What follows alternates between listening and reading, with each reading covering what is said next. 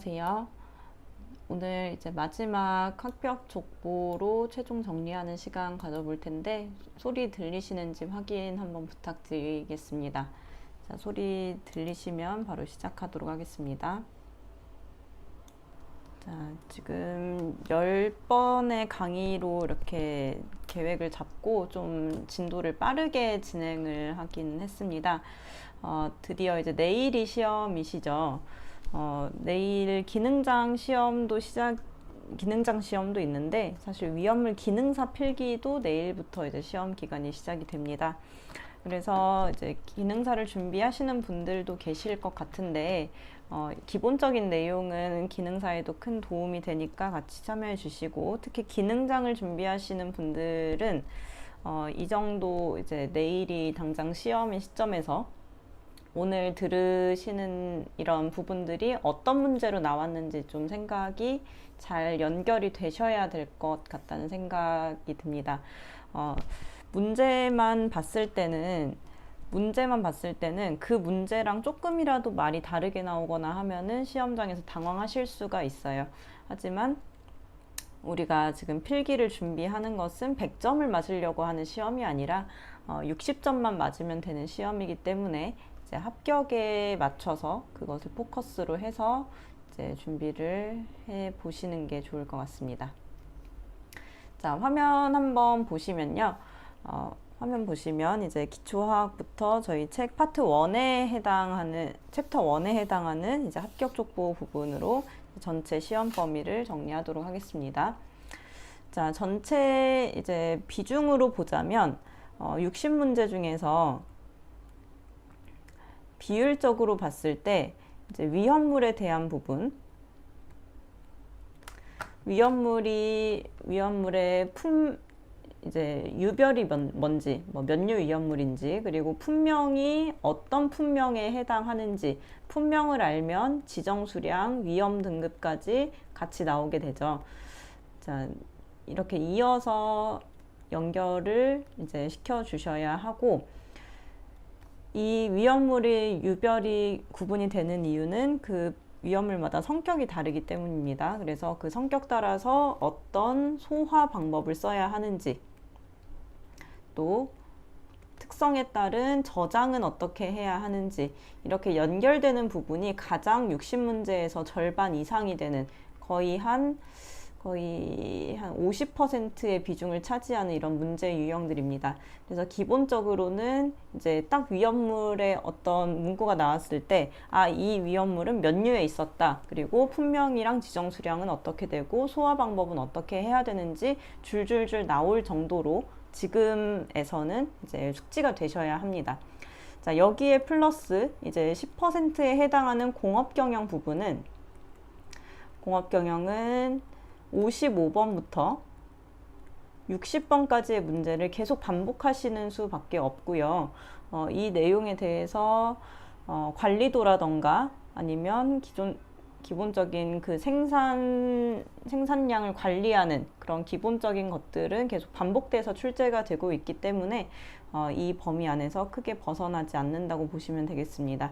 공업 경영 때문에 이제 합격이 어렵다기보다는 이 기본적인 위험물을 초점에 맞추시면 충분히 60점 이상으로 이제 합격하실 수 있다는 점 다시 한번 강조를 드리면서 이제 기초화학부터 한번 해보도록 하겠습니다.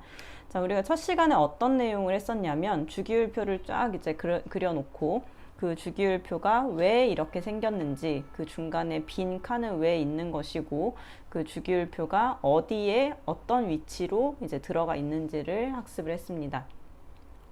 자, 주기율표를 보실 때 전체적인 1번부터 20번까지의 원소들을 파악을 하셔야 하죠.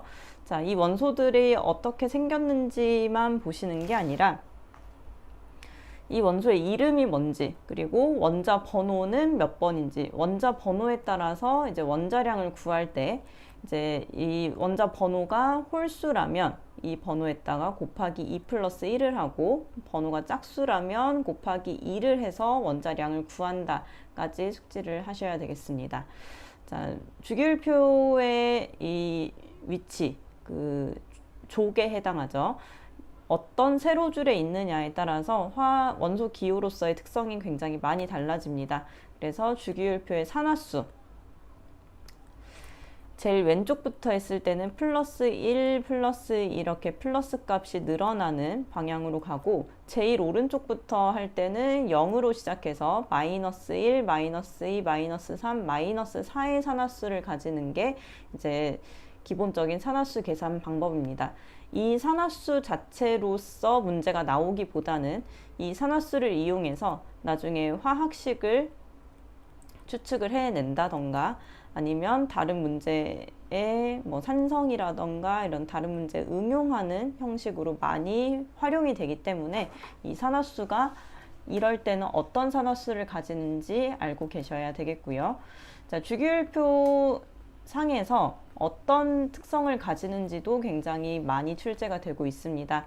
같은 주기율표에서 오른쪽으로 갈수록 플러스의 개수가 많아지고 마이너스의 개수도 많아지기 때문에 이제 플러스 3개, 마이너스 3개가 서로 끌어당기는 힘보다 플러스 6개, 마이너스 6개가 서로 끌어당기는 힘이 더 크다고 생각하시면 됩니다. 오른쪽으로 가면 갈수록 번호가 늘어나기 때문에 번호가 늘어나면 양성자의 개수가 늘어나고, 양성자의 개수가 많아지면 원자 상태의 전자수, 마이너스의 개수가 늘어나기 때문에 점점 끌어당기는 힘이 커지면서 원자의 반지름은 감소하게 됩니다. 서로 끌어당기니까 크기가 작아지는 거고요. 이온화 에너지는 증가하게 되는데, 이온화 에너지는 어떤 원자 상태에서 전자 하나를 첫 번째로 떼어낼 때 드는 힘입니다. 오른쪽으로 가면 갈수록 서로 잡아당기는 힘이 크기 때문에 서로 잡아당기는 걸 억지로 반대 방향으로 이렇게 끄집어내려고 하면 그 외부에서 더 많은 힘이 들겠죠. 그래서 이온화 에너지가 증가하는 것이고, 비금속성, 주기율표를 이렇게 대각선으로 나눠 봤을 때 왼쪽 아래는 금속의 성질이 강한, 그래서 나트륨이나 칼륨, 칼슘 이런 것들이 왼쪽 아래에 이제 분포가 되어 있다면, 비금속성이 강한 뭐 탄소, 황, 뭐 염소라던가 플로린 이런 것들은 이제 오른쪽 위에 대부분 위치하고 있습니다. 그래서 주기율표의 위치를 어렴풋이 이렇게 가늠해 보시면, 이 정도의 위치에 있으면 금속이고, 이제 조금 더 우측 상단 쪽으로 가면 갈수록 비금속성이 강해진다 라고 보시면 되겠습니다.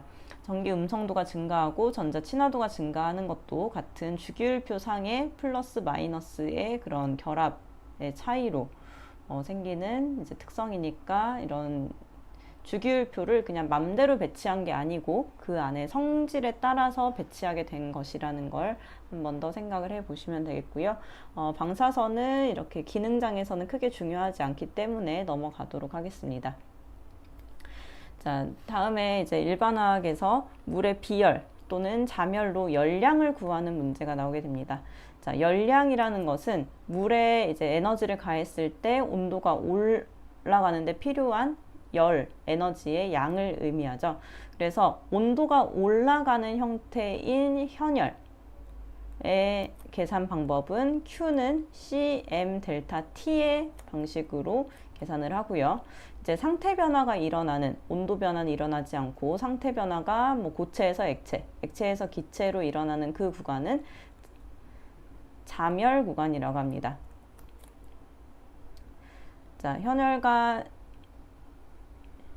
자멸로 계산을 할 때 이제 Q는 람다 M으로 해서 열량을 구하게 되는데, 물이 이제 라면물을 끓인다고 했을 때 처음에 온도가 라면물이 이렇게 올라가다가 어느 정도 온도가 일정하다가 이제 끓어오르면서 기포가 생기는 이런 구간에서 온도가 오르는 구간인 이렇게 대각선 구간이 Q는 CM 델타 T를 쓰고, 자멸 구간인 이 평평한 부분에서는 이제 람다 M을 쓰게 되는데, 이때 들어가는 C는 1 또는 뭐 수증기에서는 다른 값이 주어지게 되고요.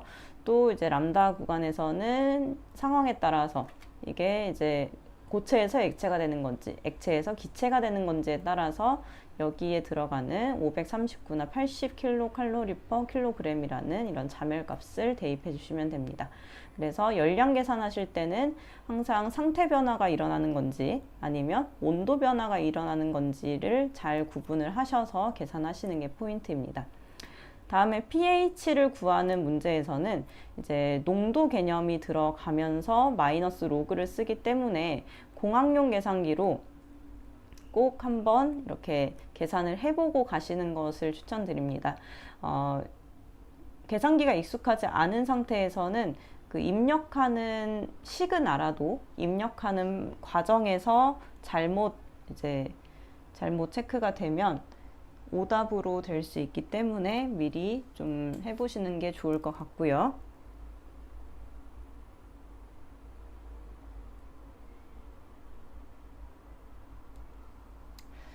자, 여기 이제 로그 델타 H에 들어가는 이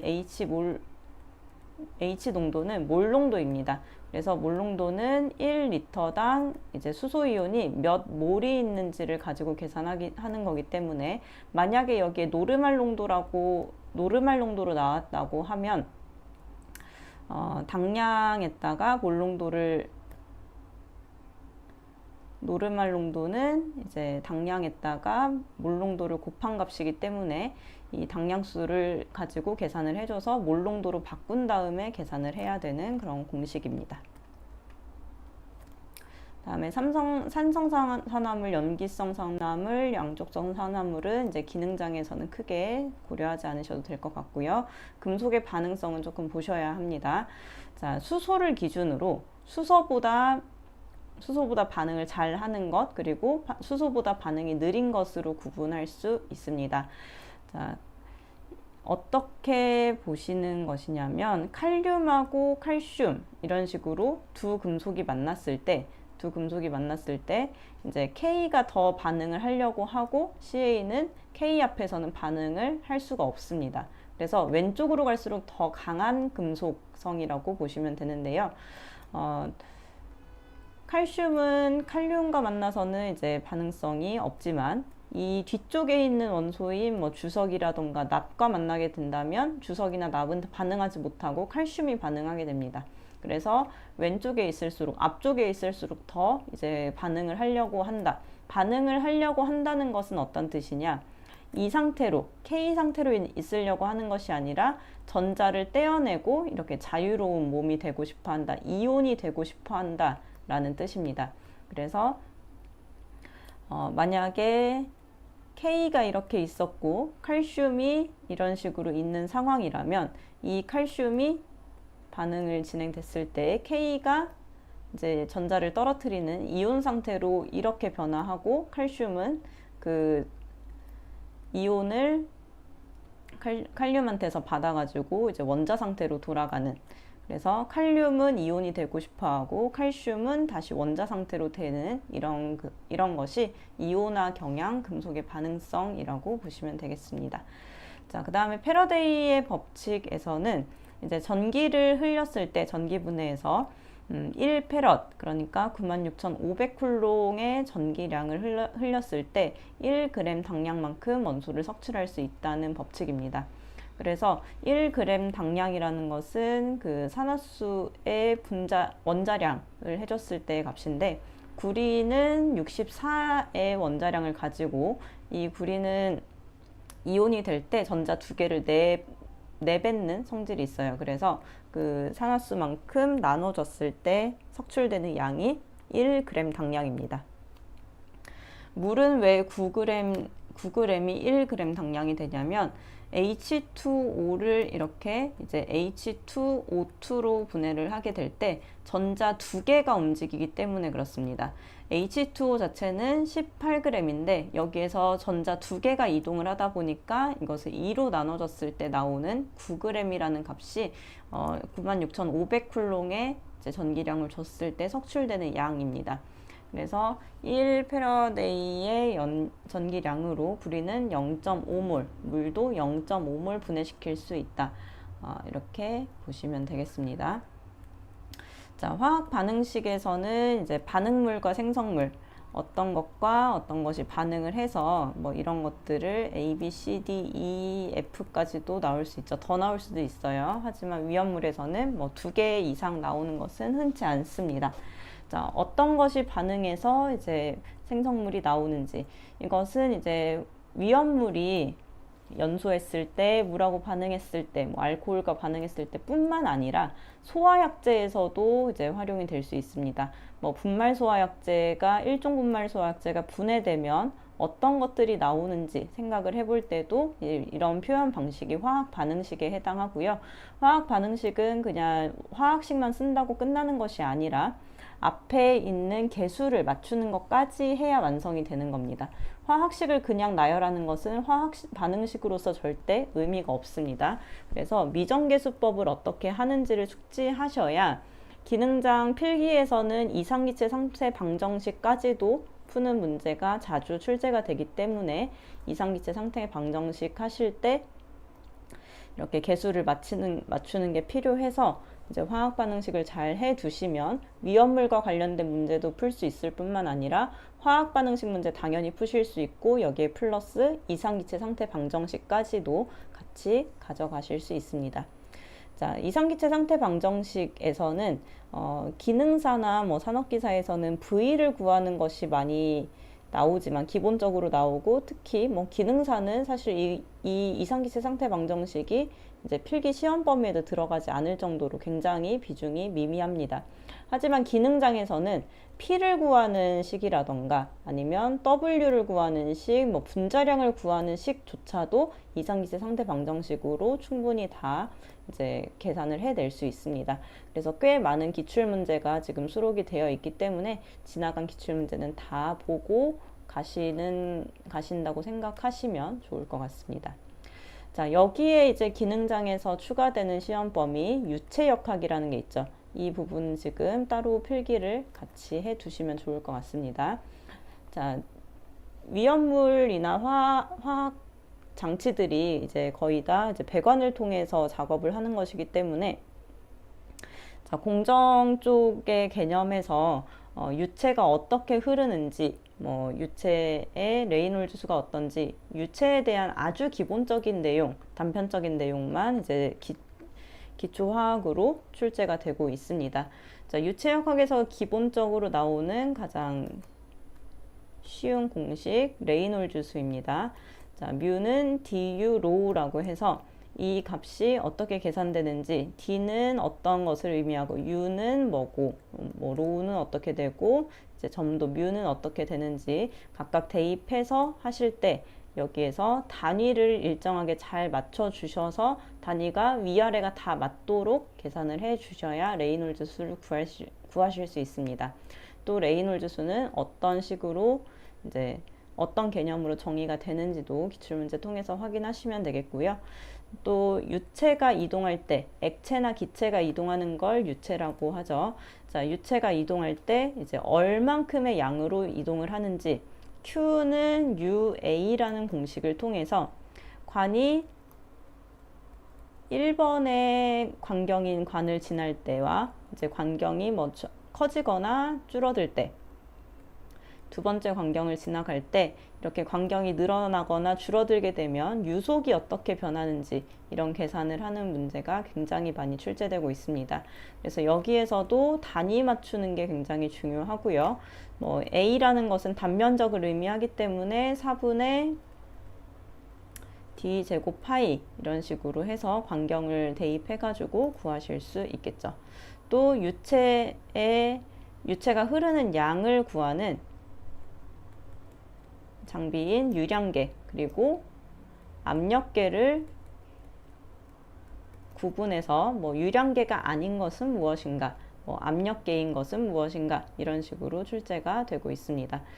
이 정도만 하셔도 유체역학이 막 꽤 매회 뭐 많은 비중으로 나오는 것은 아니기 때문에 이 정도만 하셔도 이제 기본적인 문제만 푸셔도 큰 무리가 없으실 것 같습니다. 자, 다음으로는 연소 및 화재인데요. 이제 본격적으로 위험물에 들어가는 부분이죠. 하지만 이제 기능장에서는 연소 파트보다는 소화 파트가 훨씬 더 중요하기 때문에 연소는 간단하게 보셔도 되겠습니다. 자, 위험물이 위험한 이유입니다. 위험물은 연소할 수 있기 때문에 화재가 발생할 수 있기 때문에 우리가 자격증을 따면서까지 이렇게 관리를 하는 거죠. 자, 그러면 연소라는 게 왜 일어날까요? 바로 가산점 때문입니다. 연소가 일어나는 이유는 이 가산점이 모이면 이제 불이 나기 시작을 하는 거예요. 자, 가는 가연물이고요. 산은 산소공급원, 점은 점화원입니다. 자, 여기에 플러스 한 가지는 더 추가가 될 수도 있고 안 될 수도 있는데 연쇄 반응까지 합쳐지게 되면 연소의 사요소라고도 부를 수 있습니다. 자, 그러면 우리가 파악하고 있는, 우리가 열심히 외운 그 1, 2, 3, 4, 5, 6류는 어떤 역할을 하느냐, 연소에서. 1, 2, 3, 4, 5, 6류가 전부 다 불이 탈 수 있다는 뜻으로 우리가 공부한 건 아니고요. 그 중에서 2, 3, 4, 5류가 불에 탈 수 있는 물질입니다.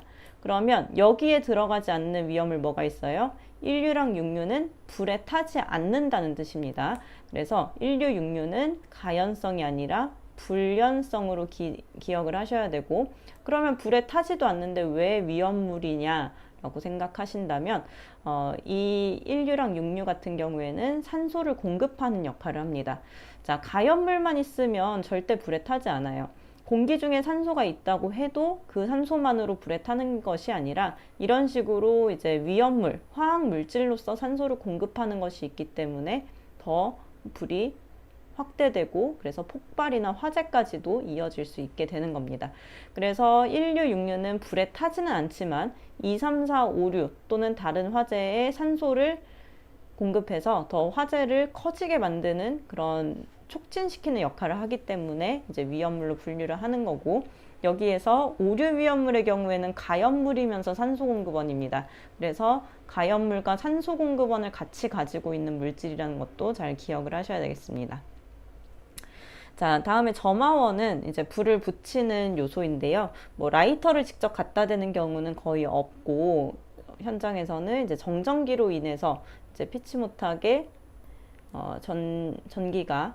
정전기로 인해서 이제 화재가 발생하는 경우가 많다고 합니다.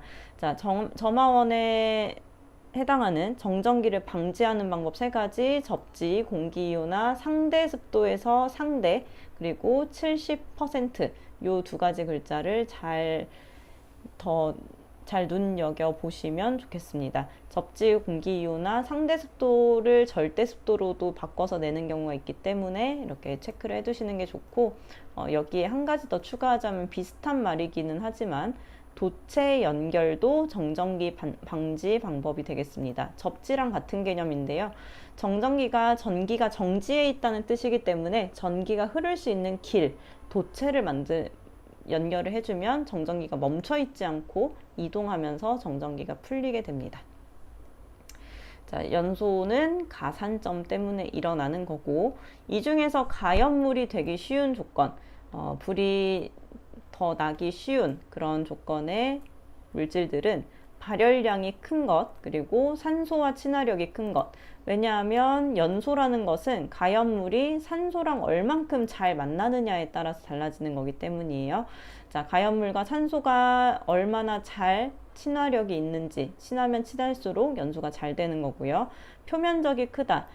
덩어리진 양파가 있고 이렇게 잘 다진 양파가 있다고 치면, 덩어리진 양파는 기름이 닿는 면적, 열이 닿는 면적이 적으니까 볶는데 오래 걸립니다. 근데 다진 양파는 기름이 닿는 면적, 그리고 열을 받는 면적이 더 넓기 때문에 더 많은 면적이 이제 후라이팬에 닿을 수 있기 때문에 더 빨리 익게 되는 그런 것을 우리 주변에서 관찰할 수 있는데요. 자, 그것처럼 연소에서도 마찬가지로 이렇게 분말 형태, 표면적이 넓은 작은 조각의 형태에서 더 산소를 많이 만날 수 있습니다. 그래서 가연물 자체가 산소를 많이 만나면 만날수록 더 연소하기 쉬워지기 때문에 표면적이 클수록 가연물이 되기 쉬운 거고, 열 전도율은 낮을수록 열이 한 곳에 모여 있어야 되기 때문에 열 전도율이 크게 되면 열을 내가 가지고 있지 않고 자꾸 옆으로 퍼뜨리기 때문에 더 이제 연소 가연물이 되기 어렵고 작아야 됩니다. 열 전도율은 작아서 열이 퍼지지 않아야 하고, 활성화 에너지는 연소가 일어나기 위해서, 화학 반응이 일어나기 위해서 넘어야 되는 산인데, 이 산이 낮을수록 이제 반응이 일어나기 쉽습니다. 자, 고체 연소에 대해서 네 가지, 표면 연소, 분해 연소, 증발 연소, 자기 연소, 이런 것들이 있는데, 여기에 해당하는 어떤 가연물이 어떤 연소 형태에 해당하는지를 기억을 하셔야 되겠고요. 사류 위험물의 경우에는 액체이지만 이 연소하는 형태는 증발 연소에 해당합니다. 그리고 이제 오류 위험물에서 고체인 경우에 자기 연소를 할 수 있고요. 자, 이것뿐만 아니라 기체 연소의 경우에는 확산 연소를 한다. 기체는 확산 연소를 하는 이런 형태도 있습니다. 명칭이 이제 기체와 어울리는 것은 기체 연소라고 보시면 되겠습니다. 자, 인화점 그리고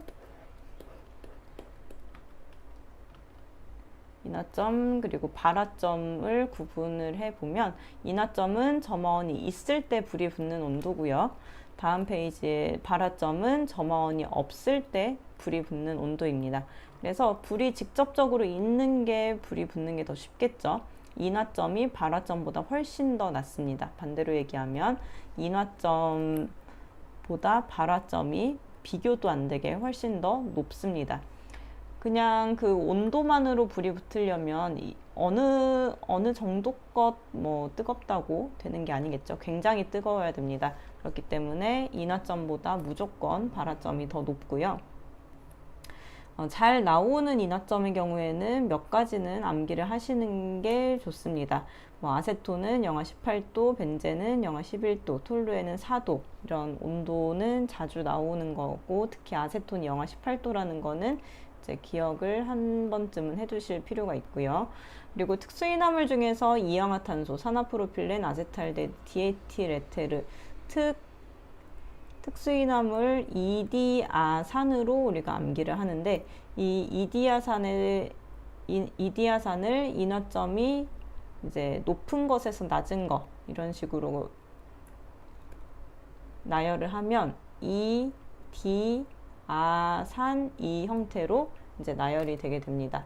그래서 이氧화탄소가 이 안에서는 인화점이 높은 거고, 디에틸에테르가 가장 낮은 거고, 그 다음에 아세탈데히드, 산화프로필렌, 이런 식으로 인화점이 배열되게 됩니다. 정확한 온도를 기억하시면 좋겠지만, 이런 위치만 아셔도 필기에서는 크게 문제가 없고, 대부분의 인화점 문제는 이제 사류 위험물에 대해서 나오기 때문에 모든 사류 위험물의 인화점을 외우시는 것이 아니라 품명에 따라서 구분을 하시는 겁니다. 사류 위험물은 분명히 인화점이 낮은 것이 특수인화물, 그 다음 낮은 것이 1석유류, 그 다음은 2석유류, 3석유류, 이런 식으로 인화점 기준으로 나누는 거기 때문에 분명히 특수인화물에 해당할수록 인화점이 낮습니다. 그리고 4석유류에 가까울수록 인화점이 높아집니다. 그래서 사류를 딱 봤을 때 인화점을 모르더라도 이 위험물이 어떤 분명인지만 기억하신다면 인화점 문제는 충분히 푸실 수가 있고요. 발화점은 점화원이 없을 때 주변의 온도에 의해서 불이 붙는 온도, 가솔린이 인화점 영하 40도에서 영하 20도까지 이런 식의 인화점을 가지고 있는데, 가솔린의 경우에 발화점은 300도씨로 훨씬 더 큽니다. 자, 웬만하면 이제 400도에서 500도까지 갈 정도로 발화점이 굉장히 높은데, 이제 황린 같은 경우에는 34도에서 발화를 할 수 있어요. 근데 우리가 일상생활 하면서 300도까지 갈 일은 없습니다. 하지만 34도씨까지는 여름철에 충분히 올라가죠. 그렇기 때문에 34도씨에서 불이 붙을 수 있는, 그러니까 따로 점화원이 없더라도 그 온도만 되면 스스로 발화할 수 있는 이 황린의 경우에 이런 성격을 가지고 자연 발화성이라고 분류를 하게 됩니다. 자, 이것뿐만 아니라 한 가지 더 적어두자면, 이氧화탄소의 발화점은 90도씨라는 것도 이제 쓰일 수 있는 내용이니까 한번 적어두시면 좋겠습니다. 자, 그러면 이제 온도만 되면 온도만 되면 이제 연소가 되느냐 그런 것은 아니고 가연물과 산소가 적절하게 얼만큼 배합이 되어 있느냐에 따라서 연소 범위가 결정이 됩니다. 자, 가연물만 너무 많아도 연소되는 것이 아니고 산소만 너무 많아도 연소가 되진 않습니다. 자, 아세톤의 경우에는 2%에서 13%의 가연물이 산소 중에 섞여 있어야 연소할 수 있고요. 아세틸렌은 2.5에서 81%의 아세틸렌이 산소 속에 섞여 있을 때 연소할 수 있습니다. 휘발유는 1.4에서 7.6% 연소 범위를 가지고 있고, 이것을 가지고 위험도를 구하라 라는 문제가 출제된다면 이 연소 범위의 낮은 값을 분모에다 쓰시고 분자에는 높은 값 빼기 낮은 값을 해서 계산을 해주시면 위험도가 계산이 됩니다. 자, 다음에 자연 발화에 대해서는 공기 중에서 이제 스스로 발화하는 현상인데 여러 가지 열로 인해서 이제 불이 붙게 됩니다. 직접적으로 점화원을 갖다 대지는 않지만 분해하는 열, 산화하는 열, 발효, 흡착, 중합열에 대해서 이제 발화할 수 있고 이런 발화의 형태가 있다는 것 정도는 이제 보시고 넘어가실 필요가 있습니다. 우리가 이제 앞에서 정전기가 발생하지 않게 하려면 습도를 높게 유지해야 된다. 상대 습도 70% 이상으로 해야 된다라는 얘기를 했기 때문에 위험물을 공부하다 보면 습도가 무조건 낮아야 된다. 뭐 습도가 무조건 높아야 좋다. 뭐 높으면 정전기가 발생 안 하니까 이렇게 생각하실 수 있는데 자연발화에서는 그 습도에 대한 것을 약간 다르게 보셔야 됩니다. 습도가 높으면 정전기가 일어나지 않을 수 있겠지만 습도가 높았을 때 생기는 한 가지 문제는 미생물이 발생한다는 겁니다. 우리가 겨울철보다 여름철이 온도가 높기도 하지만 습도도 높기 때문에 음식이 더 빨리 상해요. 그 안에서 미생물이 번식하면서 그로 인해 열이 발생하고 그걸로 인해서 이제 화재가 발생할 수 있습니다. 그 열이 얼마 안 되는 것 같지만 그 안에서 습도가 높은 상태에서 계속 이제 열이 쌓이다 보면 그걸로 인해서 화재가 발생할 수 있습니다. 그래서 발화의 관점에서는 습도가 낮아야 되고 정전기를 없애기 위해서는 습도는 높아야 된다. 이 부분, 습도에 대한 부분은 언제 어떻게 설정을 해야 되는지 잘 보시면 좋겠습니다. 자, 고온체의 온도는 자주 출제되지는 않지만 한번 출제되면 굉장히 외워야 할 것 같은 그런 그 아우라를 주기 때문에 이제 온도를 이렇게 적어 놨는데 우리가 시험 보러 가면 모두가 같은 문제로 시험을 보는 게 아니고 사람마다 다 다르잖아요, 문제가. 그래서 어떤 분한테는 이 문제가 한 번은 나올 수가 있습니다. 그렇기 때문에 이런 온도 색깔, 그 불꽃의 색깔이 이제 온도가 낮을수록 피 색깔과 같은 그런 짙은 빨간색을 띠고 온도가 높을수록 하얀색에 가까워진다 정도로 정리하시면 되겠습니다. 자, 그러면 이 연소로 인해서 화재가 발생했을 때 원치 않은 불이 났을 때 화재라고 하죠. 자, 일반적으로 있는 뭐 나무나 종이 이런 일반적인 물품에 화재가 난 것을 일반화재라고 하고, 기름에 화재 났을 때는 유류화재, 전기 콘센트나 이런 전선에 불이 났을 때 전기화재, 금속에 불이 났을 때는 금속화재라고 하는데, 이때 표시를 A, B, C, D로 하게 됩니다. 그래서 이 기호는 이제 소화기에 표시할 때 사용하는 그런 기호이고요.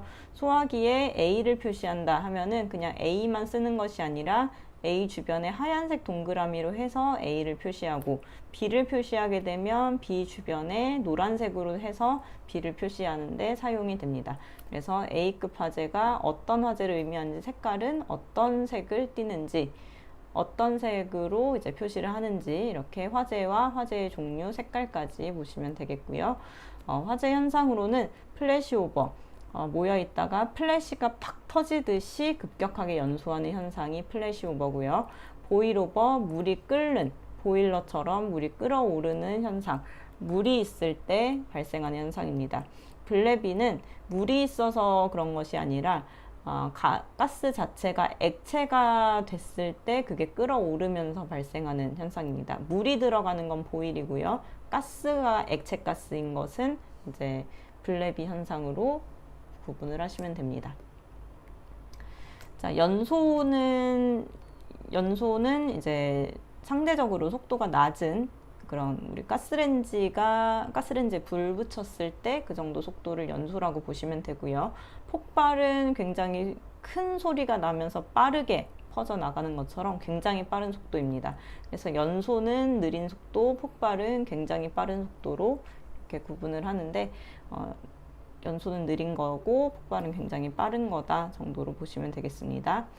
다음에 폭갱 유도거리가 짧아지려면, 연소가 잘 되려면 관지름이 작아가지고 서로 이제 가연물들이 만날 수 있을 때, 그리고 밀어주는 힘이 클 때, 점화원의 에너지가 강하게 밀어줄 때, 연소 속도가 빠르게 이제 연소가 될 때, 이런 식으로 이제 간격이 좁거나 힘이 클 때 이제 폭갱이 일어나는 거리가 짧아지게 됩니다. 즉,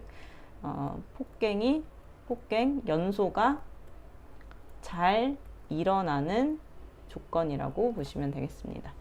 자, 다음으로 분진 폭발이 있는데요. 분진 폭발이 잘 되는 것들은 금속 분말, 곡물류 등이 있습니다. 즉 가볍고 작은 것들이 분진 폭발 대상이 되는데, 공기 중에 이렇게 분산되어 있다가 작은 불씨에도 무슨 폭탄이 터지는 것처럼 확 이제 불이 퍼져나가는 현상이 분진 폭발입니다. 그러면 분진 폭발이 안 되는 것들은 무거운 물질들, 공기 중에 뿌렸을 때 오랫동안 이렇게 공기 중에 퍼져 있지 않고 금방 가라앉는 것들은 분진 폭발을 하지 않습니다. 시멘트, 모래, 석회 분말 같은 것들이 이제 분진 폭발을 하지 않는 것에 해당합니다. 자, 폭발의 종류에서는 분해 폭발이 이런 것들이 있고, 중화 폭발은 시아누스, 염화비닐, 산화 폭발은 LPG, LNG 같은 이런 도시가스나 이런 데 쓰이는 이제 일반적인 가스들, 이런 것들이 이제 폭발의 종류로서 분류가 됩니다. 자, 이 부분은 이제 중요한 부분인데요. 소화에 대해서 기본적인 이제 소화 방법들을 정리를 하자면, 앞에서 연소의 3요소 또는 4요소까지라고도 생각할 수 있는데, 이런 연소가 되는 그 조건들을 봤습니다. 가연물과 산소공급원, 점화원이 있고 연쇄 반응이 일어나면 이렇게 연소가 일어날 수 있는데, 반대로 생각하자면 이 중에 하나가 빠진다면 이제 연소가 되지 않고 불이 꺼진다는 뜻입니다. 그래서 가연물이 제거되면 제거소화, 산소공급원을 제거하면 산소가 부족하니까 질식소화, 점화원을 제거한다는 건 약간 말이 어색하긴 하지만 점화원은 뜨겁게 만드는 거죠. 뜨겁게 만드는 걸 반대로 하는 냉각소화, 연쇄 반응은 계속해서 일어나는 걸 이제 일어나지 않도록 반대 방향으로 가는 억제소화. 그래서 이런 방식으로 소화를 크게 4가지로 분류를 할 수 있습니다. 제거 소화할 때는 가연물 자체를 제거하는 거기 때문에 가스 밸브를 잠그거나 불에 탈 수 있는 물질들을 치워버리는 것이므로 따로 사용하는 약재가 없습니다. 산소공급원은 공기보다 무거운 기체인 이산화탄소를 사용해서 담요로 덮듯이 이산화탄소가 가연물을 덮으면서 산소를 차단해주는 역할을 하고요. 냉각소화는 그 점화원의 온도를 떨어뜨려야 되기 때문에 구하기 쉬운 차가운 물질 물을 사용합니다. 연쇄 반응은 이 17족 원소에 해당하는 할로겐 원소들 FCl, Br, I 등이 섞인 이런 할로겐 원소로 이제 뿌렸을 때 이 할로겐 원소들이 이제 반응을 안 하도록 만들면서 이렇게 소화를 할 수가 있습니다. 그래서 가연물 산소공급원 점화원은 있던 거를 없애는 방식이기 때문에 물리적으로 하는 소화라면 억제 소화 같은 경우에는 화학적인 방법으로 어떤 우리가 뭔가를 의도한 게 아니라 그 안에서 원소가 그런 반응을 주도를 해서 소화하는 거기 때문에 화학적 소화라고 부릅니다. 그래서 반응 속도를 느리게 하는 것이기 때문에 부촉매 소화라고도 할 수 있습니다. 억제 소화, 화학적 소화, 부촉매 소화가 같은 말이라는 거 잘 기억해 두시고요. 자, 이 중에서 가장 많이 출제되는 소화약제는 분말 소화약제입니다. 총 4가지 종류가 있고, 탄산수 나트륨은 270도 분해식과 850도에서 분해될 때가 다릅니다. 그래서 기본적인 거 270도고 이제 다른 조건 850도씨라는 조건이 있다면 이 아래식도 보셔야 합니다. 탄산수소 칼륨은 이제 분해식이 이렇게 되고, 인산암모늄의 경우에도 이제 보통은 2차로 분해될 때 최종적으로 분해되는 이런 반응식을 기억을 하게 되지만, 1차 반응식이라고 하면 이 중간 상태를 거쳐서 최종 반응식으로 간다는 거 이렇게 보시면 되겠습니다. 자, 적응 화재라는 건 앞에서 봤었던 A, B, C, D급 화재 중에서 어느 화재에 이제 사용할 수 있는 거냐, 그것을 표시한 건데요. 1종, 2종 같은 경우에는 BC, 그리고 3종 같은 경우에는 ABC 화재에 모두 사용할 수 있습니다. 자, 이 분말, 가루를 뿌렸을 때 1종은 하얀색, 2종은 담회색, 3종은 다몽색, 약간 핑크색이고요. 4종은 회백색의 색깔을 띱니다. 그러면 이 분말 소화기를, 소화약제를 소화기에 넣을 때는 그 소화기를 꾹 누르면 되지만, 이것을 이제 설비로 설치한다. 그러면 이 분말을 밀어주는, 압력을 주는 가스는 질소와 이산화탄소가 쓰입니다. 그래서 가압용 가스라는 문제가 나온다면 질소 또는 이산화탄소가 답이 됩니다. 자, 이산화탄소는 그 안에, 이산화탄소는 보통 기체 상태죠.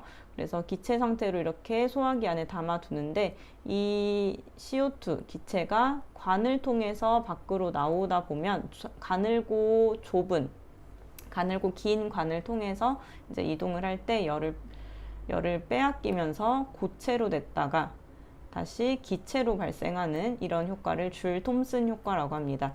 그래서 이제 우리가 아이스크림 가게 갔을 때 드라이 아이스로 포장을 해주는 경우가 있죠.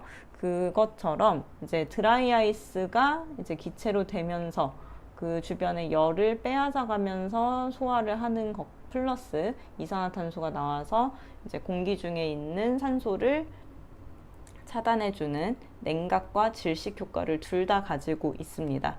기본적인 주된 효과는 질식 효과에 해당하며, 이제 줄 톰슨 효과 때문에 냉각 효과도 가질 수 있고요. 소화에 필요한 이산화탄소 농도를 구한다라고 하면 공기 중에 산소가 21% 있기 때문에 여기에서 얼만큼 산소 농도를 떨어뜨려야 되냐, 이것을 대입해서 곱하기 100을 했을 때 나오는 값이 답이 됩니다. 자, 불활성가스 소화약제는 활성이 없는 가스 질식 소화에 해당하는 소화약제입니다. N2ArCO2가 이렇게 몇 퍼센트의 비율로 있느냐에 따라서 그 비율의 값을 딴 이런 541, 55, 100의 이제 종류로 소화약제를 표현을 하는데요. 이런 경우에는 뭐 IG01이라고 한다. 그러면 두 번째 있는 숫자가 AR의 이제 비율을 나타내는 거기 때문에 AR 100%가 있다. 이런 식으로 해석하시면 되겠습니다.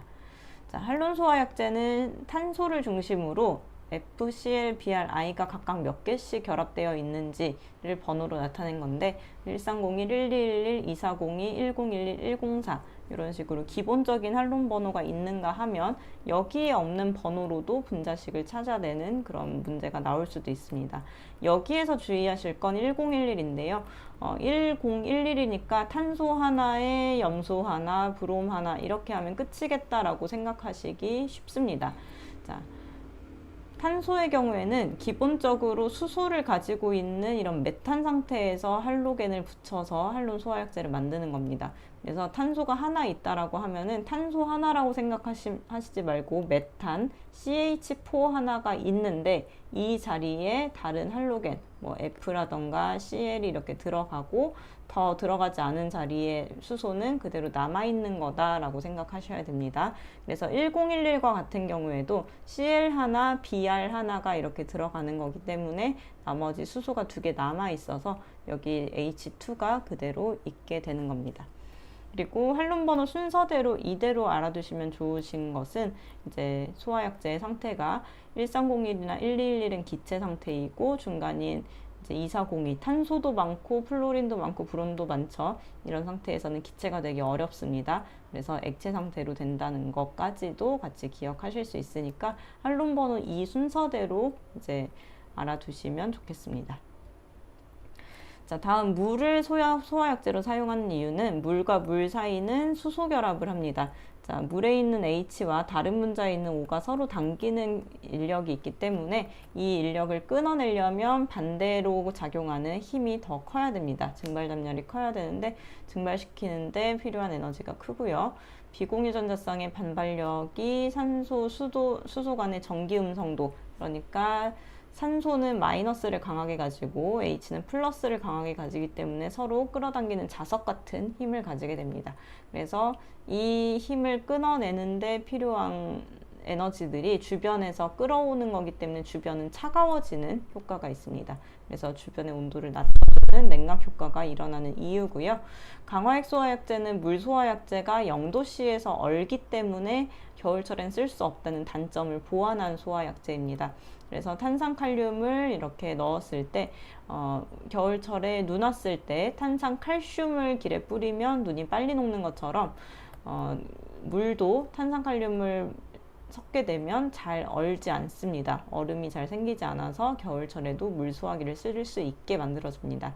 단 이런 경우에 탄산칼륨이 들어가게 되면 pH가 12까지 올라가기 때문에 굉장히 자극적인 물질이 되니까 이제 부식 같은 것을 조심을 하셔야 되겠고요. 자, 포소화약제는 거품이 나오는 소화약제, 이것도 이제 질식 소화에 해당하죠. 자, 거품이 나오는 방식을 화학적인 방법과 기계적인 방법으로 나눠서 생각할 수 있는데, 화학적인 방법은 그 약제끼리의 반응을 통해서 이산화탄소가 발생하게 만드는 방법이고, 기계포는 이제 물리적으로 뭐 섞어서 아니면 어떤 약제를 써서 이렇게 거품을 만드는 방식입니다. 자, 단백포 소화약제, 불화 단백포, 합성 계면활성제포, 수성막포, 뭐 내알코올포 이런 것들이 있습니다.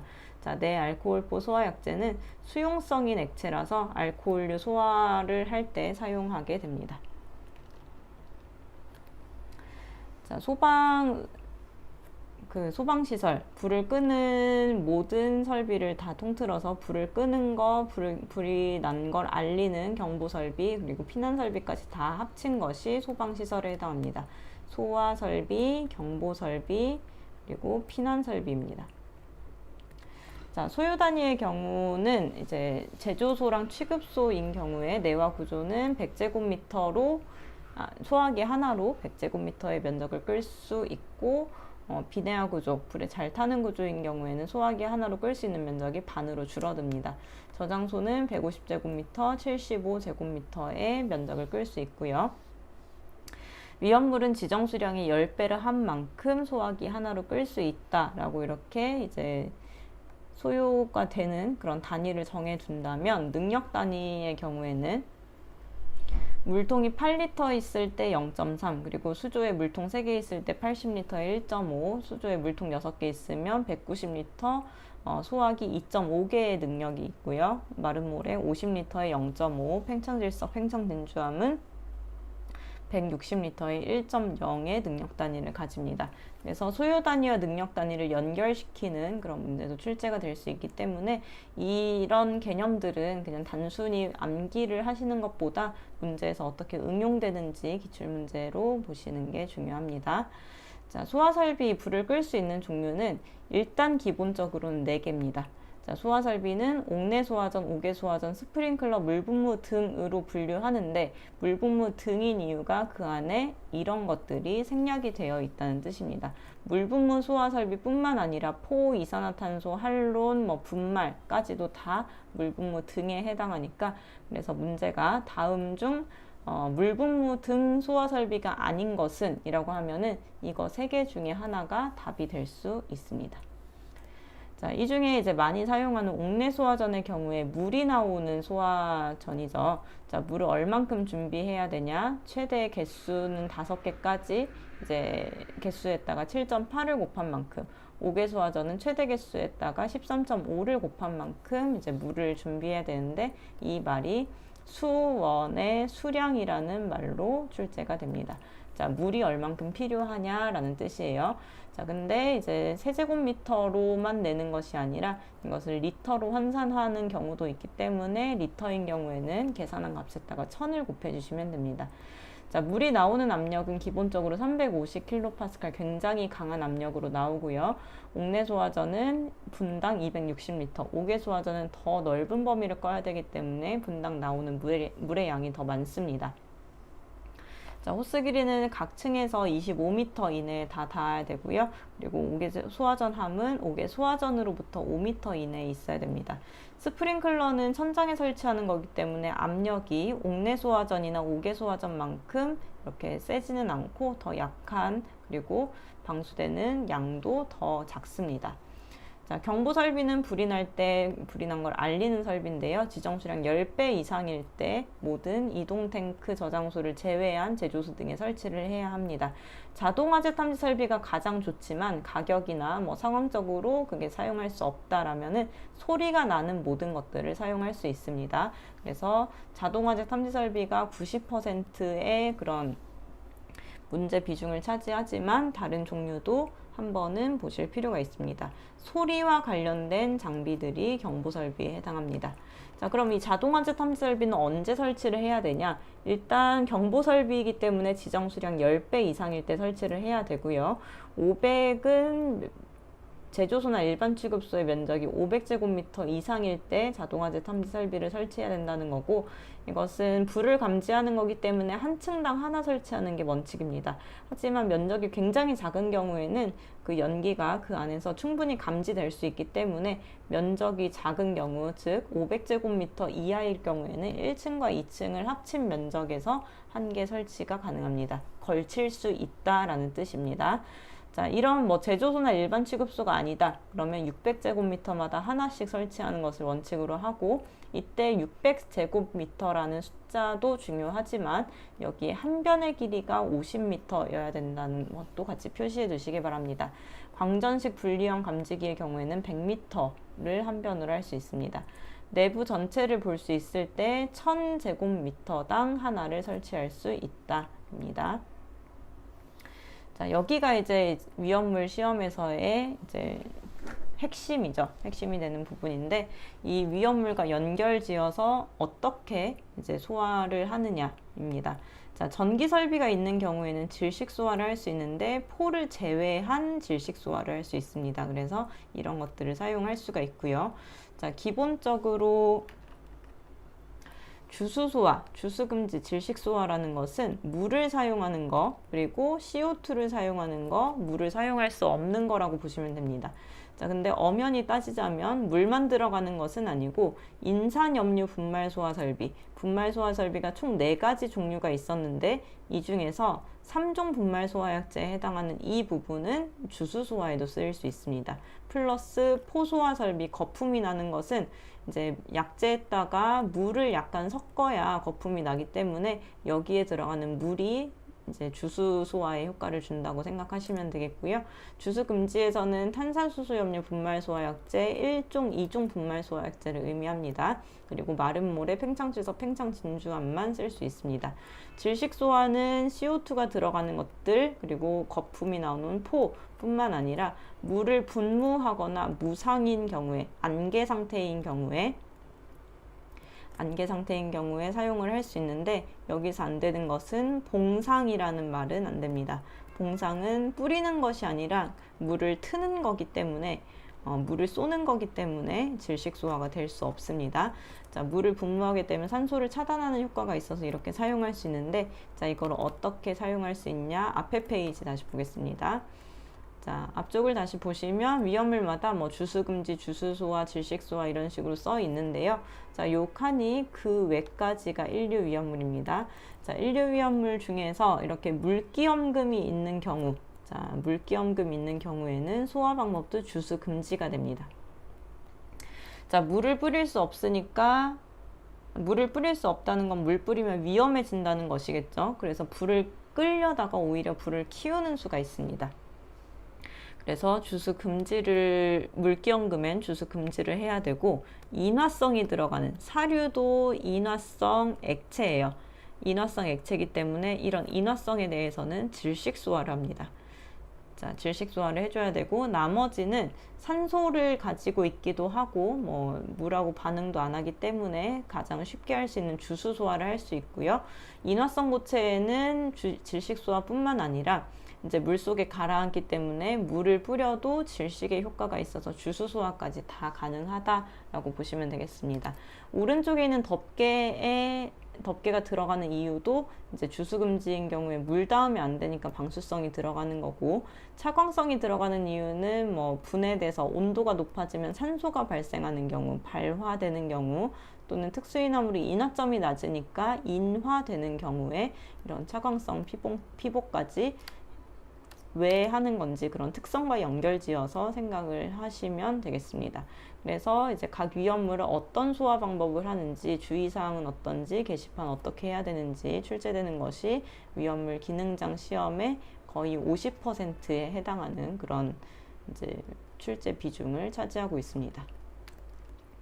자, 주의사항 게시판으로는 이렇게 5가지 종류가 있는데, 이제 어떤 바탕에 어떤 문자색인지 보시면 되고, 한 변의 길이 0.3m 이상, 다른 한 변은 0.6m 이상, 이 숫자는 가로, 세로로 보시는 게 아니라 어디가 가로가 되고 어디가 세로가 될지는 모르는 거기 때문에 숫자로 기억을 하셔야 되겠습니다.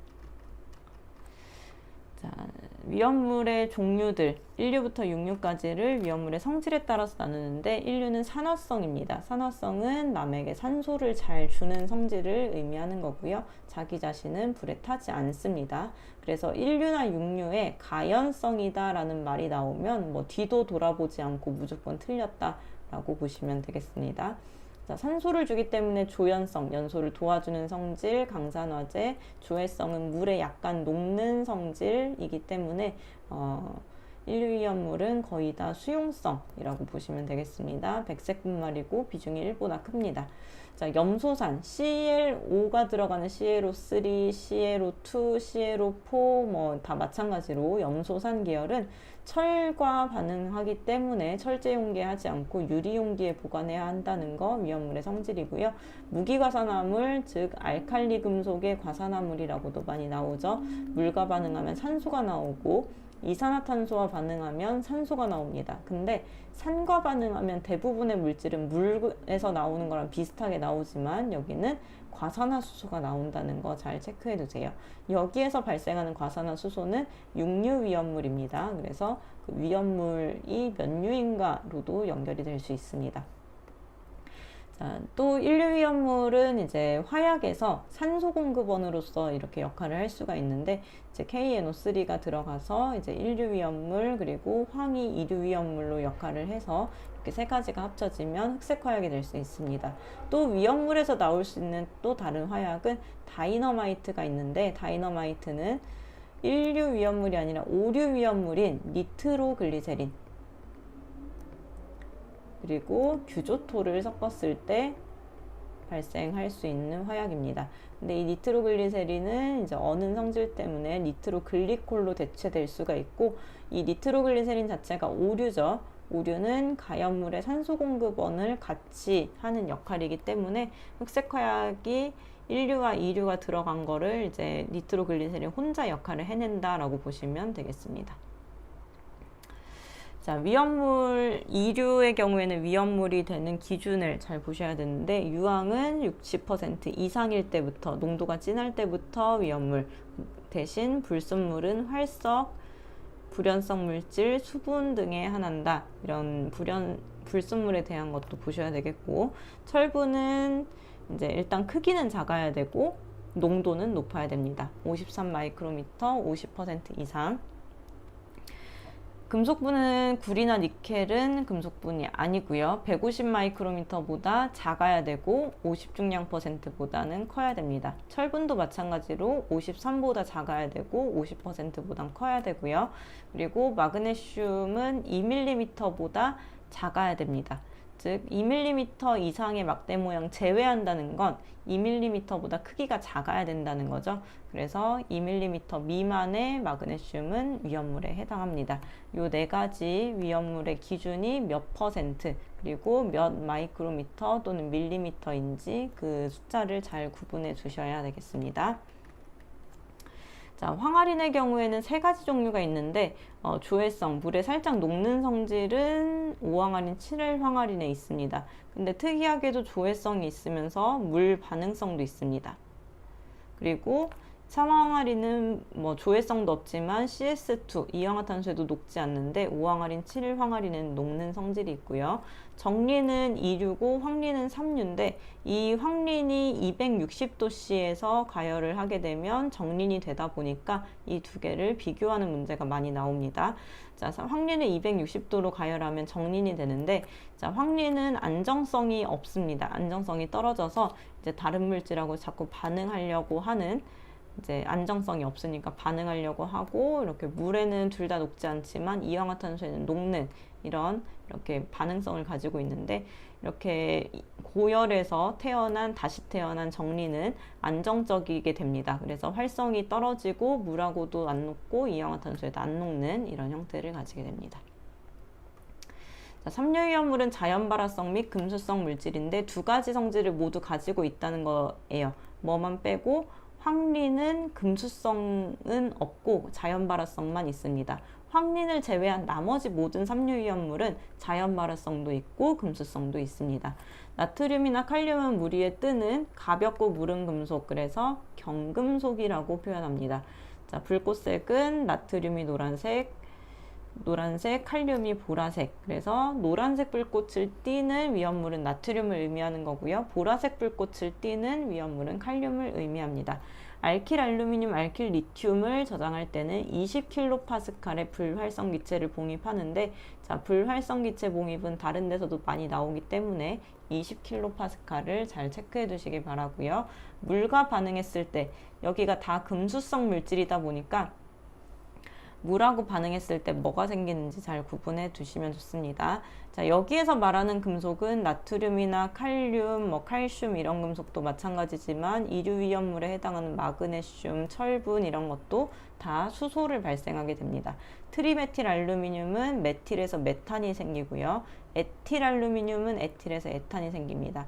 금속 수소화합물은 H가 있기 때문에 H2, 인화칼슘은 P가 있기 때문에 PH3, 탄화칼슘은 C2가 H2랑 만나고 탄화알루미늄에서는 C가 H랑 만나서 CH4가 발생합니다. 이때 생기는 아세틸렌은 앞에서도 보셨다시피 연소 범위 2.5에서 81%에 해당합니다.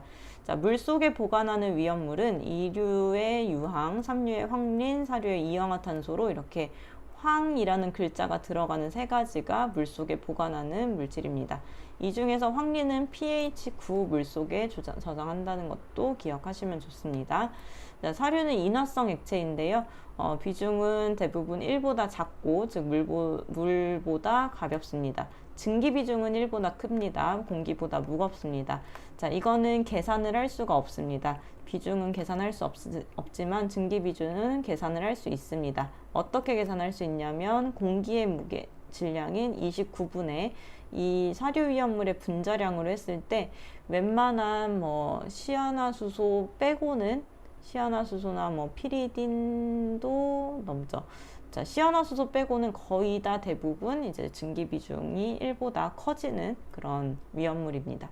자, 전기의 부도체, 다른 말로 불량도체, 전기가 통하지 않는 물질이기 때문에 전기가 정지해 있는 정전기가 발생할 수 있고요. 수용성인 것도 있고 비수용성도 있습니다. 자, 대부분 이제 비수용성이라고 하면 맞지만 아세톤과 같은 이런 수용성인 물질도 있으니까 수용성과 비수용성을 구분해야 문제를 정확하게 푸실 수 있고, 이氧화탄소는 특수인화물이라서 이제 위쪽에 있으니까 기본적으로 이제 비중이 1보다 작은 그런 물질이지만 예외로 비중이 1보다 큽니다. 커서 주수할 때 이제 물로 냉각하는 것이 아니라 이제 물이 산소를 차단해주는 질식 효과가 있습니다. 발화점이 100도씨라고 나와 있는데 책마다 조금 달라서 이제 90도씨에서 100도씨, 90도씨로 정리를 하겠습니다. 자, 위험물 기준입니다. 사료 위험물은 특수인화물부터 사료, 사석유류까지 온도, 인화점을 기준으로 이제 구분을 하는데, 특수인화물은 마이너스 20, 40, 100도씨로 이제 여기에 해당하는 것들을 특수인화물로 구분을 합니다. 마이너스 20도, 영하 20도는 인화점, 40도는 B점, 100도는 발화점으로 이렇게 보시면 되겠습니다. 자, 1석유류는 21도 미만인 것, 2석유류는 21도에서 70도인 것, 3석유류는 70에서 200도인 것, 4석유류 200에서 250도씨인 것을 인화점에 따라서 구분한 위험물이고요. 3석유류나 4석유류에서는 여기에 플러스 40 중량 % 미만인 것은 제외한다 까지도 알아두셔야 합니다. 자, 알코올류는 알코올이 들어간다고 다 알코올류가 아니라 C의 개수가 1개부터 3개까지인 것만 포함을 하고요. 60 중량 %가 60 중량 %보다 작으면 제외됩니다. 자, 동식물유류는 250도씨가 넘지 않는 동물이나 식물에서 추출한 기름을 얘기하고, 건성유는 요오드가가 130 이상입니다. 130 이상입니다. 자, 130 이상이라는 건 요오드가 들어갈 자리가 130개가 넘는다는 뜻입니다. 130g이 넘는다는 뜻인데, 그만큼 불포화도가 큽니다. 다른 것들을 받아들이려는 그런 성질이 큰 거라서 자연발화의 위험성이 커진다. 그러니까 건성유일수록 자연발화 위험성이 큰 것입니다. 오류 위험물은 자기 반응성 물질, 가염물과 산소 공급원을 같이 가지고 있고요. 탄소를 기본으로 하는 유기화합물입니다. 사류와 오류가 유기화합물의 대표적인 물질입니다. 자기 반응성 물질이기 때문에 이 안에는 고체 상태인 위험물과 액체 상태인 위험물이 섞여 있습니다. 자, 이 오류 위험물 중에서 이렇게 우리가 외워봤을 때 위험물 중에 셀룰로스, 셀룰로이드 여기서부터 아래에 해당하는 뭐 유기과산화물, 니트로화합물 이런 것들 다 고체 위험물에 해당합니다. 자, 액체인 것들은 이 위쪽에 있는 것들 몇 가지고 나머지들은 고체에 해당하는 것들이 많으니까 이렇게 위치로 구분해서 나눠주시면 좋을 것 같고요. 여기에서 아까 말씀드렸다시피 니트로글리세린은 다이너마이트의 원료가 됩니다. 자, 육류 위험물입니다. 산화성인 액체인데요. 일류 위험물의 산화성을 그대로 가지고 오면서 액체 상태입니다. 불연성, 조연성 강산화제, 산소가 많아서 자기 자신은 불에 타지 않지만 산소를 주는 조연성이고요. 다 액체입니다. 비중이 1보다 큽니다. 액체 상태라고 해서 무조건 이제 물 위에 뜨는 게 아니라 가라앉을 수 있고요. 모두 지정수량이 300kg이고 위험 등급이 1등급입니다. 지정수량이 300kg임에도 불구하고 위험 등급이 1등급인 이유는 질산, 과염소산 이런 산성 계열이 많습니다. 그래서 산성이기 때문에 강산이기 때문에 이제 위험 등급이 이렇게 부식성까지도 같이 고려를 해서 위험 등급이 1등급이 된다라고 보시면 되겠고, 이류, 사류의 위험물의 기준이 있었던 것처럼 육류에도 위험물 기준이 있습니다. 여기는 비중 1.49 이상인 것이 질산이 되고요. 과산화수소는 36 중량 % 이상일 때 위험물이 됩니다. 자, 과산화수소는 분해가 됐을 때 H2O랑 O2가 됩니다. 이때 수증기와 산소는 그렇게 해가 있는 물질이 아닙니다. 독성이 없어서 구멍 뚫린 마개로 이제 닫아서 압력 상승을 방지합니다. 과산화수소를 제외한 나머지 모든 위험물들은 다 꽉 막아야 됩니다. 과산화수소만 구멍 뚫린 용기로 하는 것이 유일합니다. 자, 알코올에 놓고 에테르에도 놓고 분해 방지 안정제, 요거 별표 3개 치겠습니다. 자, 과산화수소가 이렇게 분해되는 것을 방지해주는 인산 요산이 있고, 분해를 잘 시켜주는 건 MnO2, 촉매가 있습니다. 자, 질산이 분해됐을 때 이렇게 나오는데 H2O2 과산화수소처럼 나오지만 하나 더 뭐가 나오냐면 이 이산화질소가 나옵니다. 이산화질소는 갈색 연기를 띠는, 갈색이 중요한 게 아니라 독성가스라는 게 중요합니다. 그래서 수증기 산소는 독성이 아니지만 이렇게 나오는 이산화질소는 독성이기 때문에 분해되지 않도록 갈색병에 보관합니다. 분해가 안 되면 이게 독성이 나올 일도 없기 때문에 갈색병에 선글라스를 씌우듯이 이렇게 이제 보관을 하게 되는 거고요. 자, 다음으로 이제 위험물을 저장하는 곳들, 제조소 등입니다. 제조소, 저장소, 취급소를 합쳐서 제조소 등이라고 부르고 저장소의 명칭, 취급소의 명칭을 정확하게 구분을 하셔야 됩니다. 예를 들어서 뭐 이동 취급소라던가 아니면 이송 탱크 저장소 이런 식으로 단어가 헷갈리는 문제들은 꼭 이렇게 맞추셔야 되기 때문에 기본적인 명칭들을 익숙해지도록 하셔야 하고, 제조소의 안전거리는 이렇게 3m, 5m, 10m, 20m, 30m, 50m 기준으로 합니다. 자, 근데 기능장에서부터는 여기에서 뭐 안전거리가 단축이 되고 무슨 연소에 우려가 있는 외벽이 몇 미터고 이런 것들이 또 추가가 되기 때문에 그런 부분들은 일단 기출문제를 전체적으로 한 번 쫙 정리를 하신 다음에 세부적으로 들어가시면 좋겠고, 지금 여기 합격 족보에서는 기본적인 내용만 이제 다루고 있기 때문에 이 내용이 아직 어색하시다 하면은 그런 추가적인 내용은 굳이 하지 않으셔도 크게 합격에 무리가 없습니다. 자, 보유공지는 위험물이 많아질수록 넓게 해야 되기 때문에 기준이 10배 이하가 3m가 됩니다. 그래서 지정수량이 10배를 저장하고 있다, 3m를 띄워야 되고, 11배를 저장하고 있다, 5m가 됩니다. 10배는 3m에 들어간다는 거, 요 지점을 잘 보셔야 되겠고, 환기를 시킬 때 그 창문의 크기는 150제곱미터마다 한 개를 설치하는데 급기구의 크기는 800제곱센티미터 이상이 되어야 합니다. 자, 배출할 때는 배출장소 용적의 20배가 넘는 것들 넘게 설치를 해야 하고요. 방유제는 제일 큰 탱크의 0.5를 곱한 만큼, 탱크가 2개 이상이 있다면 제일 큰 탱크의 0.5를 곱하고 나머지 탱크를 더한 다음에 0.1을 곱해서 더해주면 되겠습니다. 자, 다음에 위험물 저장소 중에서 옥내 저장소는 탱크 상호 간의 거리는, 여기에서 나오는 말이 아니라서 지우겠습니다. 자, 저장하는 수량에 따라서 1, 2, 3, 5, 10m의 이제 건축 보유공지가 기본으로 되는데, 이제 내화 구조가 아닌 경우에는 조금 더 늘어납니다. 자, 바닥 면적이 위험한 것일수록 바닥 면적을 좁게 해야 화재가 발생하더라도 피해를 줄일 수 있습니다. 자, 위험 등급이 약간 낮다면 면적을 좀 더 크게 할 수 있고, 여기 1000제곱미터에 해당하는 것과 2000제곱미터에 해당하는 것을 같이 보관하게 된다면 1500제곱미터로 할 수 있습니다. 벽이나 기둥, 바닥, 내화 구조로 해야 하고요. 보나 석가래는 불연재료로 해야 하는데, 이게 이제 다르게 될 수 있는 그런 이제 상황도 있지만 기본적인 구조는, 내화 구조는 벽, 기둥, 바닥, 이 아랫부분, 천장 부분은 불연재료로 한다로 정리하시면 되겠습니다. 지정과사나물은 유기과사나물 얘기하는 거고요. 150제곱미터마다 벽을 설치하고 두께는 30, 40cm의 보강 콘크리트조로 해야 된다. 출입구는 각종방화문, 창문 2m 이상으로 해야 한다는 게 이제 지정과사나물의 특례 사항이고요.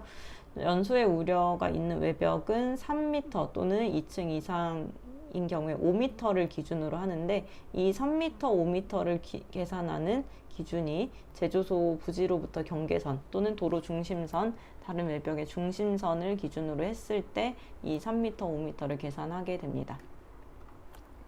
5개 저장소는 바깥에 저장을 하는 것이고, 10배 이하 10배 초과는 요 내용이 아니고,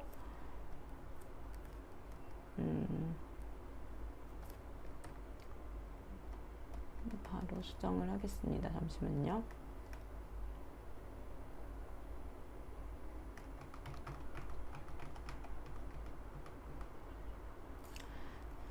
자, 5개 저장소의 경우에는 3, 5, 9, 12, 15m의 보유공지를 가집니다.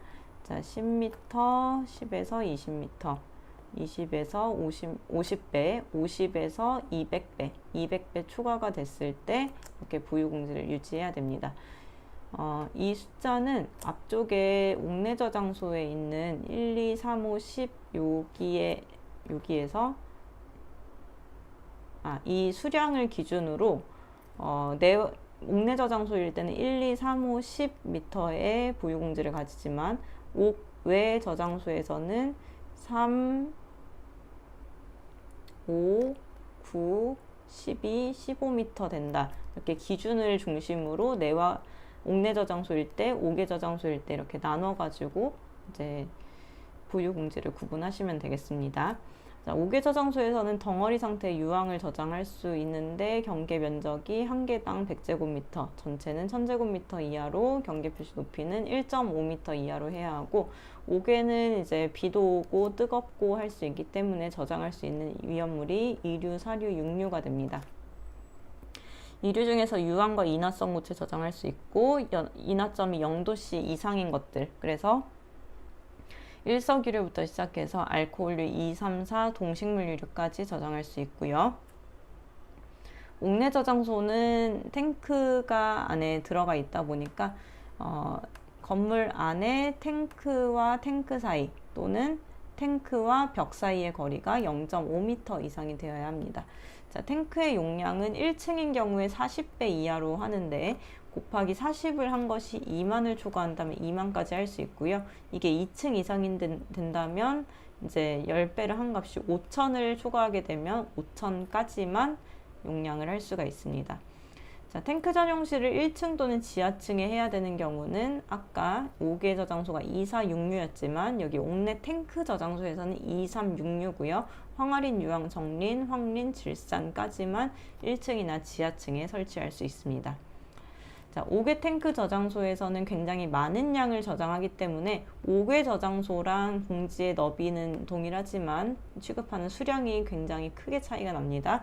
그래서 500배, 500에서 1000배, 1000에서 2000, 2000에서 3000, 3000에서 4000, 4000배 초과일 때마다 공지의 너비가 달라지는 점 5개 저장소와 구분을 하시면 좋겠습니다. 자, 여기에 저장하는 위험물이 육류다 하면 3분의 1을 곱해줘야 되고 2개 이상 저장할 때는 3분의 1을 한 번 더 해줘야 되는데 이런 내용은 이제 문제에 따라서 한번 활용하실 때 다시 참고하시면 되겠고 자주 출제되지는 않습니다. 자, 통기관은 밸브 없는 통기관은 지름 30mm 중요하고요. 45도 중요하고 인화 방지망 중요합니다. 대기 밸브 부착 통기관은 자, 5kPa의 압력 차이로 작동합니다. 자, 여기가 대기 밸브 부착 통기관이라고 해야 맞습니다.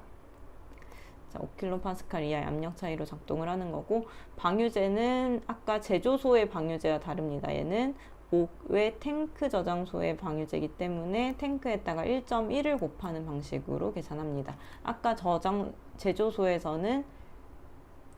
제조소에서는 최대 탱크에 0.5를 곱하고 나머지에 0.1을 곱해서 더해줬죠. 자, 그거랑 구분하셔야 되고 육류위험물은 1.0을 곱해줍니다. 그대로 간다는 뜻이고요. 자, 높이는 0.5에서 3m가 돼야 되고 두께, 면적, 계단 50m마다 이런 내용들은 본문에 그림이 있습니다. 그 그림과 함께 기억을 하시는 게 좋겠습니다. 자, 지하 탱크 저장소에서 중요한 숫자 0.6, 0.3, 0.1입니다. 0.6은 탱크로부터 지면까지 거리고 이제 0.3은 탱크 전용실 벽이나 바닥 뚜껑의 두께를 의미합니다. 탱크 전용실의 안쪽 사이는 0.1m 간격을 두어야 되는데 여기는 마른 모래나 입자지름 5mm 미만의 마른 자갈분 이런 것들이 사용될 수 있는데 본문에 수록이 되어 있으니까 그 내용 참고하시면 되겠고, 탱크와 탱크 사이는 1m의 간격을 둬야 하지만 탱크 두 개를 합한 값이 용량의 합계가 지정 수량 100배 이하일 때는 양이 적기 때문에 위험물의 양이 적기 때문에 간격도 0.5m로 줄일 수 있습니다. 자, 이동 탱크 저장소는 이렇게 트럭 위에 탱크가 달려있는 형태죠. 뒤쪽에서 봤을 때 여기는 방호틀 2.3mm의 두께로 판을 만들어야 하고 옆쪽에 있는 부분이 측면틀입니다. 3.2mm 그리고 칸막이는 3.2mm의 두께로 하면서 한 칸은 4000L가 돼야 하고 방파판은 1.6mm가 돼야 됩니다. 자, 여기에 들어가는 탱크가 어떤 색을 띄어야 하는지 이렇게 정리를 1류부터 6류까지 색깔로 하시면 되겠고, 간이 탱크 저장소는 임시로 저장을 하는 것이긴 하지만 용량이 600L, 두께가 3.2mm 그리고 70kPa로 10분간 수압 시험 3개 이하의 개수로 이제 설치를 해야 합니다. 자, 취급소에 대해서는 주유 취급소, 주유 공지가 15m 이상, 6m 이상이 되어야 되고, 주유기에서 나오는 그 주유하는 기름의 양은 휘발유 같은 1석유류의 경우에 50리터, 등유는 80리터, 경유는 180리터입니다. 우리가 2석유류 외울 때 2000 등경 스틸크실 클로로 이렇게 외우죠. 그래서 등유가 80, 경유가 180 이렇게 보시면 되겠습니다. 이동 탱크용은 이제 분당 300리터, 그러니까 1분당 각각 이만큼의 이제 기름이 석유가 나와야 된다는 뜻이고요. 주유 취급소에서 허락되는 시설은 주거시설, 휴게음식점, 전시장이 있습니다. 자, 판매 취급소는 1종 판매 취급소가 20배 이하로 하는 거, 2종 판매 취급소가 40배 이하로 하는 거, 배합실의 면적은 6m, 15제곱미터 이하로 해야 되고, 내화 구조, 불연재료의 벽, 출입문 이렇게 해야 되고, 문턱이 0.1m라는 거 잘 표시해 두시면 좋습니다. 자, 이송 취급소에서 이송기지에 설치해야 되는 설비, 요거 두 가지 잘 나오는데, 앞에서 경보 설비를 어떤 거를 봤었냐면 자동화지 탐지 설비를 봤어요. 근데 이 이송 취급소는 배관이기 때문에 경보 설비를 이렇게 자동화재 탐지 설비를 하는 것보다는 이렇게 확성 장치나 비상벨 장치를 하는 것이 더 효과적입니다. 자, 이것뿐만 아니라 이렇게 취급하는 기준에 대해서 굉장히 여러 가지 나오는 것 중에 중요한 온도에 대한 내용은 압력 탱크 또는 압력 탱크가 아닌지, 보냉 장치인지 보냉 장치가 아닌지에 대해서 물어보는 온도를 물어보는 문제가 있는데, 이 문제가 아세트알데히드다 그러면 15도씨에 해당하는 압력 탱크가 아닌 건지 아니면 압력 탱크인 건지 이런 거 구분을 하실 필요가 있고요. 압력 탱크라면 아세트알데히드든 산화프로필렌이든 디에틸에테르 등에 해당하든 상관없이 다 40도씨가 되지만, 압력 탱크가 아닌 상황이라면 아세트알데히드는 굉장히 낮은 온도로 나머지는 30도씨로 해줘야 된다는 부분을 잘 보셔야 됩니다. 여기에 있는 이 압력 탱크인지 아닌지와, 그리고 보냉 장치가 있는지 없는지, 그리고 이 위험물의 종류가 어떤 것인지에 따라서 온도를 구분하는 게 중요합니다. 자, 위험물 안전관리법상 행정사항으로 이제 법과 관련된 부분들, 앞에서 이제 나오지 않은 부분들 중에서 안전관리법을 적용하지 않는 거, 비행기, 배, 기차, 그리고 이런 화물 열차 같은 것들을 이제 운송할 때 법을 적용하지 않고 다른 법이 적용되게 됩니다. 자, 예방 규정을 하는 곳은 이런 곳이 있고, 여기에 플러스 이 아래쪽까지 하면 지하 탱크와 이동 탱크까지 하면 정기 점검 대상이 됩니다. 그래서 정기 점검 대상에는 예방 규정까지 포함이 된다는 거를 보셔야 됩니다. 자, 탱크의 내용적 구할 때 공식이 이렇게 있는데, 이 공식 계산하실 때 볼록한 탱크인지 타원형인지 원형인지, 그리고 종형 탱크는 어디까지를 계산하는지, 뾰족한 부분이 아니라 옆면까지죠. 자, 이만큼 계산해야 된다는 것을 이제 보시기만 하시면 헷갈리실 수 있습니다. 이런 문제는 충분히 많이 기출문제가 있기 때문에 기출문제로 식을 대입해서 계산기로 이제 그 값이 나오는 것까지 확인하시는 게 숙지하시는 거니까 꼭 풀어보시고요, 오늘. 자, 공간 용적은 이 안에서 100분의 5에서 100분의 10으로 합니다. 근데 소화 설비를 설치했다고 하면 여기에서 0.3에서 1m 미만의 간격으로 두는 것이 공간 용적이 되고요. 이 탱크가 안반 탱크다 라면은 7일간 또는 내용적의 100분의 1 중에서 큰 용적이 이제 공간 용적이 됩니다. 자, 공간 용적이 있는 이유는 부피 변화라던가 다른 외부 물이 들어왔을 때 이런 것들에 대비해서 이제 넘치는 것을 방지하기 위해서 어느 정도 공간을 두는 거기 때문에 이제 어떤 경우에 얼만큼의 용량을 비워둬야 되는지로 보시면 되겠습니다. 자, 자체 소방대는 소방서에 신고했을 때 소방서에서 오기 전까지 회사에 구성된 인원들로 불을 끄는 그런 그 자체 소방대입니다. 말 그대로. 자, 근데 모든 회사에 설치하는 것이 아니라 제조소나 일반 취급소 중에서 사료 위험물을 3000배 이상 취급하는 곳에서만 설치를 합니다.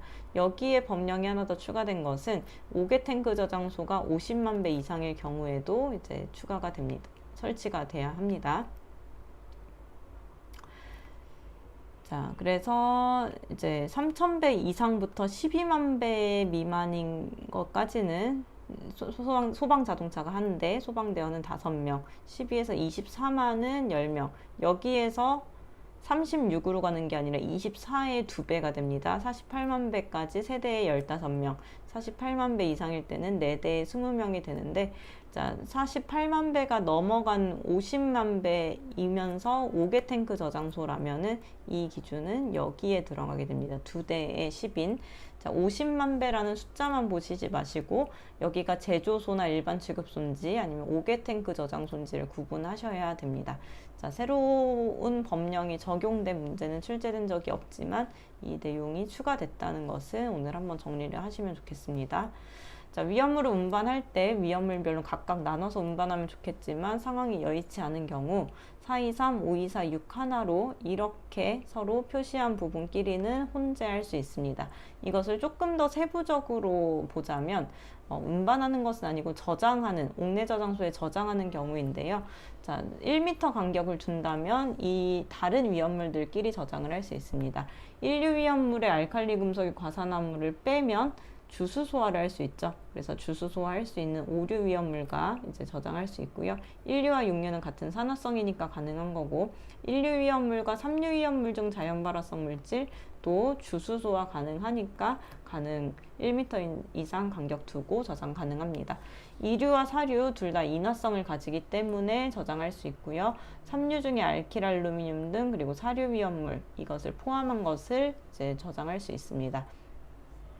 4류 위험물은 유기가산화물이 없지만 이 원료 상태에서 유기가산화물이 약간 포함되거나 또 5류 위험물 중에 유기가산화물이라면 이 두 가지도 1m 간격을 두고 같은 저장소에 저장할 수 있다는 뜻입니다. 자, 옥내 저장소에서 이제 6m의 높이로 저장할 수 있는 경우는 기계에 의해서 하역하는 구조, 그러니까 크레인이나 지게차 이런 것들로 이제 하역하는 경우에 6m까지 위험물을 쌓을 수가 있고요. 4m는 삼석유류, 사석유류, 동식물유류까지 이제 겹쳐 쌓을 수 있습니다. 3m는 그 밖에 6m나 4m에 해당하지 않는 경우에 기본적으로 3m까지 저장할 수 있는데 5개 저장소라면 선반에 저장하는 경우에는 6m까지 저장할 수 있습니다. 6m를 초과할 수 없고요. 수납률의 경우에 고체 위험물 95%, 액체 위험물 98%에 55도씨에서 공간 용적 유지하는 거 55도씨도 체크해 두시고요. 알킬 알루미늄 등은 굉장히 위험한 물질이기 때문에 더 퍼센트를 줄여서 90% 그리고 50도씨에서 5%의 공간 용적을 유지할 수 있어야 됩니다. 자, 위험물 안전관리자와 관련된 법규 중에서는 이제 선임을 했을 때 30일 이내에 선임을 해야 되고 선임하고 끝나는 게 아니라 소방서장에게 14일 이내에 신고를 해야 합니다. 감독 지원을 받아야 하는 위험물은 이렇게 알킬 알루미늄 등이라고 하는 알킬 리튬, 알킬 알루미늄이 있고요. 위험물 안전카드는 모든 위험물에 대해서 휴대해야 하지만 사류 위험물에 대해서는 종류가 너무 많기 때문에 특히 위험한 위험물인 특수인화물과 제1석유류에 대해서만 카드를 휴대하도록 하고 있습니다. 운전자를 2명이서 해야 하는 경우는 340km 이상의 고속도로를 달릴 때, 국도는 200km를 달릴 때이지만 보통 운전자는 혼자 다니죠. 자, 그 이유는 한 명이서 운전할 수 있는 경우는 2류 위험물, 3류 위험물의 탄화물 이동시킬 때 4류 위험물에서 특수인화물 제외하고 운송할 때는 한 명이서 할 수 있습니다. 그리고 2시간마다 20분 휴식하는 경우, 그리고 운송 책임자가 동승한 경우 한 명이서 이제 운전을 할 수 있습니다. 안전교육 대상자는 안전관리자, 탱크 시험자, 위험물 운송자까지 옛날 법이었지만 요즘은 위험물 운반자까지 포함이 돼서 안전교육 대상자는 여기까지에 해당합니다. 자, 이 부분까지 이제 54번에 해당하는 이런 내용이고요. 55번부터 60번까지는 공업경영에 대한 내용이 나오겠죠. 자, 공업경영은 일단 기본적으로 관리도뿐만 아니라 지난 시간에 이제 마지막쯤에 했었던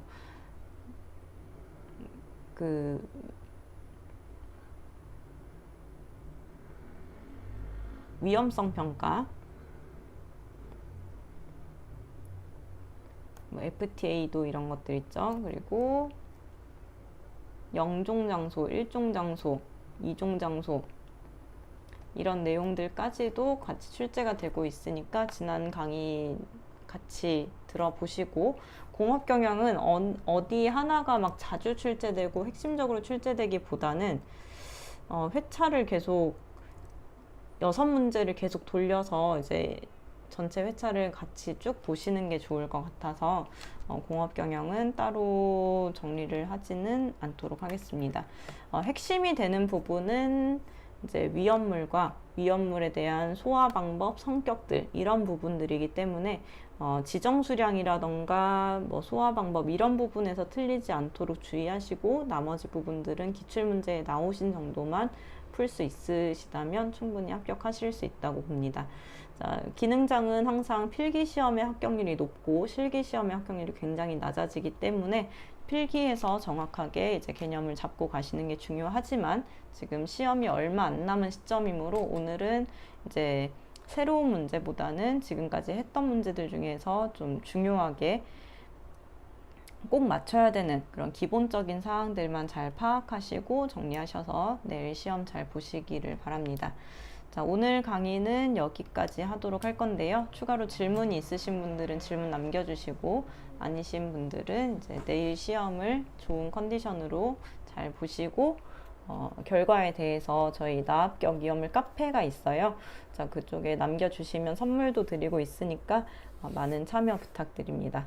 자, 오늘도 고생 많이 하셨고요. 질문 있으신 분들은 한 40분 정도까지 질문 받도록 하고, 없으면 끝내도록 하겠습니다. 수고하셨습니다.